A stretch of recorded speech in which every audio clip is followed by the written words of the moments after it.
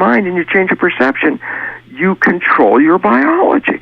All of a sudden it's like, oh my God, old story, genetic control, I'm a victim. New story, which is now called epigenetic control. And people are not familiar with that word, epigenetics, and they go, well, it sounds like genetic control. It's just that little epi in the front. I go, that little epi changes and the whole civilization for this reason. The little prefix epi means above. So when I say epidermis, I'm talking about skin. Yeah, but skin is the layer above the dermis, so it's called epidermis, above the dermis. I say, oh, then epi is above. I say, so what is epigenetic control? And I go, oh, control above the genes. Oh, my God, this is a revolution. The old belief, genes control who you are. You're a victim because the genes are controlling you, and you didn't pick them, and you can't change them. New science, epigenetic control. Your mind, your perceptions, your response to the environment release chemicals into the blood, which is the culture medium, which in turn controls the genetics and the behavior of the cell. And why is that important? Because if you change your mind and change perception, then by definition, you change the culture medium. And when you change the culture medium, you change the fate of the cell. So all of a sudden it's like, we're not victims, we're masters. We can change our beliefs. We can change our responses to the world. And as we do that, we then control our genetics and our health. I have a couple of questions. This is so exciting. Why do you think it is Ray Kurzweil is very interested in genetics and other people around the world are so deeply invested and interested, thinking you can switch on and off genes, and then that's considered the frontier to health and well-being? Well, how are they switching on and off genes? I don't know. Well, the fact is this. I'm already telling you right now, you switch on and off the genes just by the way you look at the world. So basically it says our consciousness is controlling our biology. And it's like, absolutely. And that's why when we change our consciousness, we change our biology immediately. And that's why the simple, interesting pathological correlation that people are familiar with but haven't connected, and that is multiple personalities. What does that mean?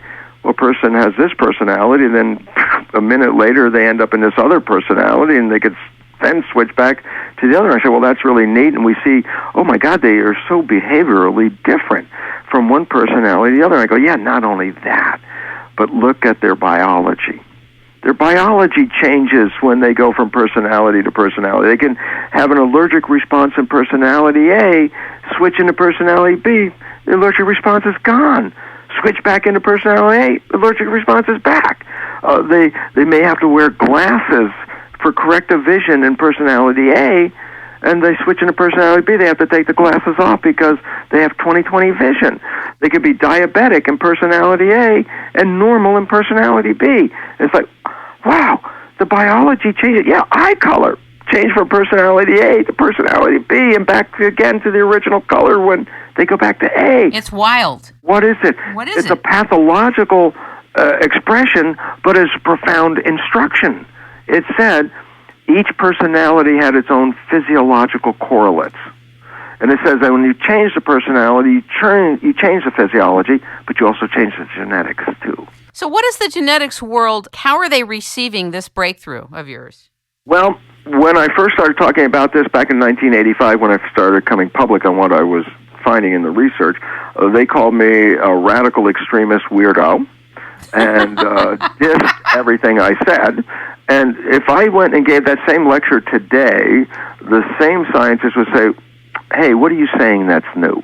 And so I laugh at it because when I started in 1985, I was a radical crazy man, and in 2012, I'm boring the hell out of them. That's wild. This is really very, very powerful. It turns pharmacology upside down, doesn't it? It says, yes, it says basically, if we really understand what to do with this, is keep off the pharmaceutical drugs.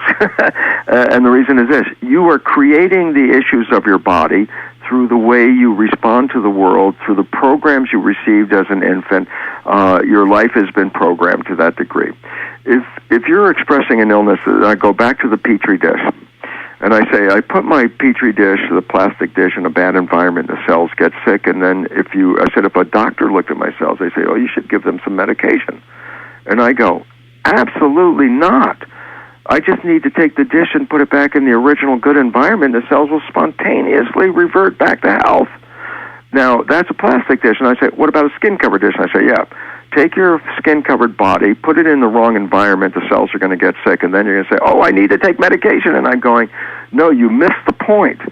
Your body's reflection of an illness is actually almost entirely a reflection of your consciousness. Okay, let's go back to a simple fact. Yes, you could have defective genes. Matter of fact, about less than 5% of the population, let's say 5%, arrived on this planet with defective genes, and as a result have a defective biology. Okay, fine. We're going to deal with that class of people separately and special because they only constitute about 5%. I want to know about, what about the other 95% of the people? I say, oh, they got here with a wonderful set of genes to have a healthy, happy life. And I say, well, if their life is not healthy and happy, can I go back and blame it on the genes? I say, not in this case. So I say, yes, there are a group of people who organically have an issue and they constitute a special group we can work with, but 95% of us, nope, got here with a wonderful, complete, intact set of genes that allow us to have a healthy and a happy, prosperous life. If these people in the 95% group get sick, did they get sick because there was something organically wrong? And I go, no. They are the people that get sick, and the same reason why the petri dish of cells in the good environment was healthy, but in a bad environment got sick.